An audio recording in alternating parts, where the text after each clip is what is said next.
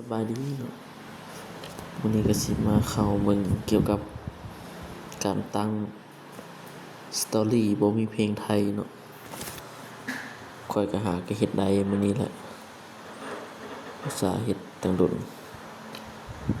แต่ก่อนแล้วมันบ่มีเนาะเดี๋ยวนี้แหละมีแล้วเนาะแต่สิเอาเพลงเข้าเบิ่งเนาะแต่ก่อนเราบ่มีเพลงไทยแต่ตอนนี้มีแล้วเนาะนี่มีแล้วตัวที่ข้อยบันทึกไว้ก็มีอยู่เท่านี้เนาะแต่อันนี้มันมีหมดแล้วเนาะแต่อยากสิพิมพ์ให้เบิ่งเด้อบ่โสดบ่อนุญาตให้จีบ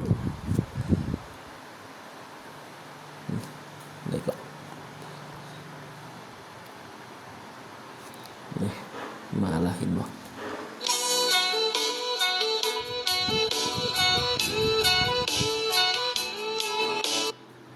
ถือว่าโอเคเนาะถือว่ามาแล้วเพลงเนาะจะได้เพลงหยังก็พิมพ์มาเลยบัดนี้เนาะใช้เสื้อปุ๋ยผู้บ่าวเสื้อปุ๋ย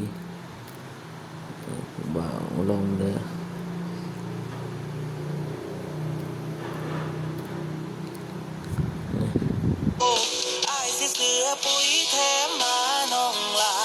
หรือว่าเพลงปลายฟ้าเนาะนี่มาแล้วมาส่งเจ้าไว้สัมพีลามาส่งเจ้าไว้สัมพีลาได้แล้วเนาะได้แล้วตั้งได้แล้ว